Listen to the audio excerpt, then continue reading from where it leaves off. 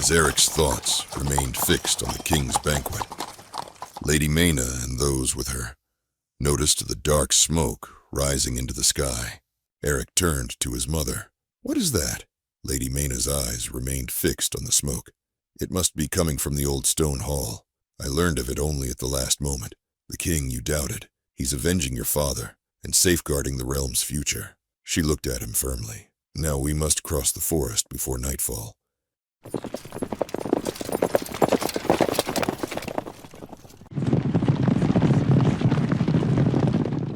That night, they reached the fortress of Lord Lugal, known to many as the Butcher. Lady Mena felt a flicker of unease as she stepped into her uncle's presence.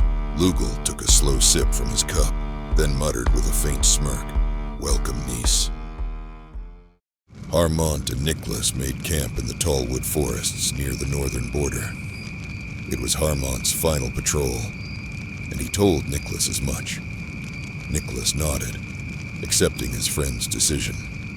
He had long suspected the day would come, though a quiet sorrow stirred within him at the thought of losing a brother in arms. There was comfort in seeing Harmont at peace. Harmont turned to him with a soft smile. "My friend, I hope you too will know love someday. That is my wish for you." As night deepened and the world fell still, Nicholas soon drifted into sleep. But Harmont remained awake, lost in the quiet dream of the life ahead.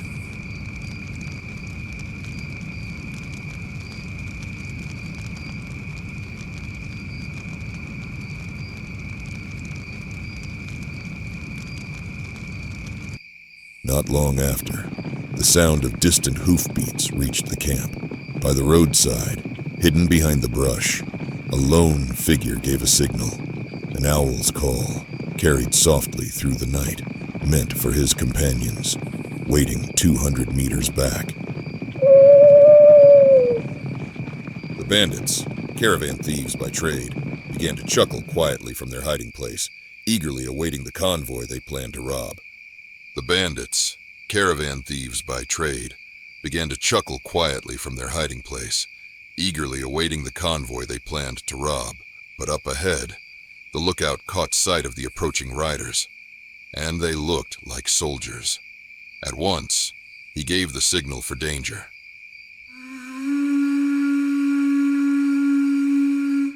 The men farther back grew uneasy. They chose to stay silent, hoping the riders would simply pass. But these were no common soldiers. They were Ice-Eye's black thralls. They had already spotted the bandits in the brush and came to a halt. Two of the Mancurts dismounted and began approaching the men in the brush. The bandits, seized by panic, chose to strike first, hoping to seize the advantage.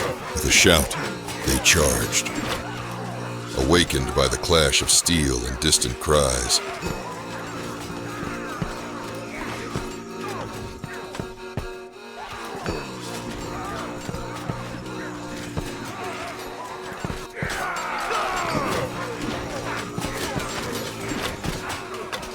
Harmont rose quietly and followed the sounds into the night.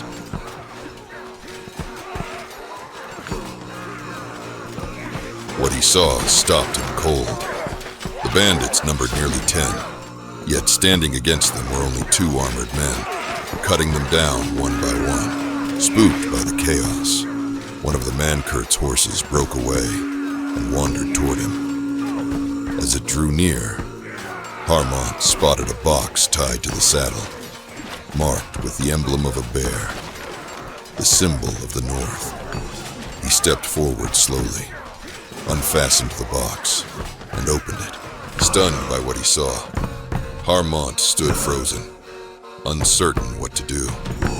Then, without a word, he shut the box, turned away, and broke into a run, racing back toward Nicholas.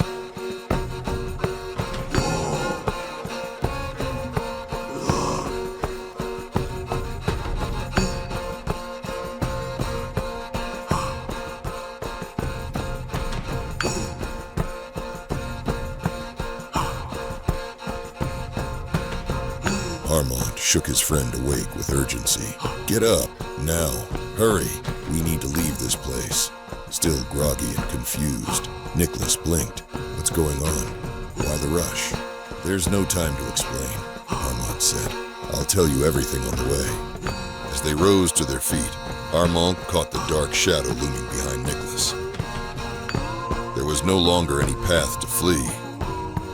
Only two choices remained: to fight or wait for death to claim them.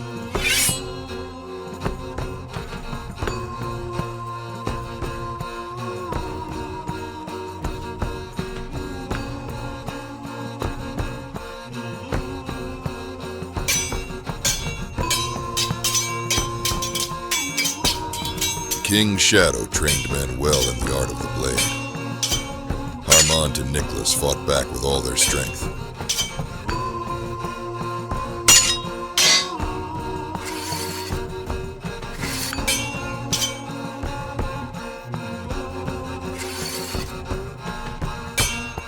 At one point, Armand was knocked to the ground, but he rose again and kept fighting. Nicholas, however, was beginning to falter. His strength was wearing thin. Nicholas took a deep wound to the chest. As he fell to his knees, pain etched across his face. He turned to Armand and gasped, "Go! Get out of here, brother! Now!" The man-curt beside him raised his sword, and without a moment's pause, severed Nicholas's head from his body. Armand cried out in agony and charged, consumed by rage. But in his fury, he left himself open, and a brutal blow struck him hard in the chest. The blow struck him like a slap across the face, snapping him back to his senses. He had to return what he'd found to the Order. Leaping onto his horse, he rode hard, vanishing into the depths of the forest.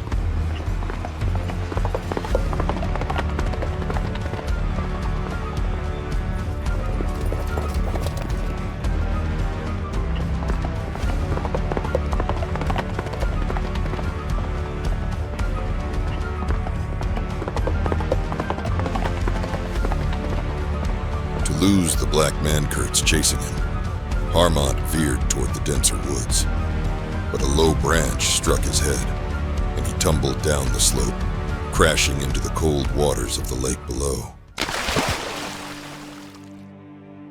Half conscious, Armand lay drifting in the lake. Though he sensed the water slowly rising around him, there was nothing he could do. Either the water would claim him, or he would be found. Either way, death awaited. In his fading thoughts, there was only beautiful Laura. He surrendered to the cold of the lake and the darkness of the night. His eyes slowly closed. He no longer felt the cold. His eyelids were heavy as stone. As he struggled to glance at the sky one last time, he saw a dark silhouette approaching, closing in through the mist.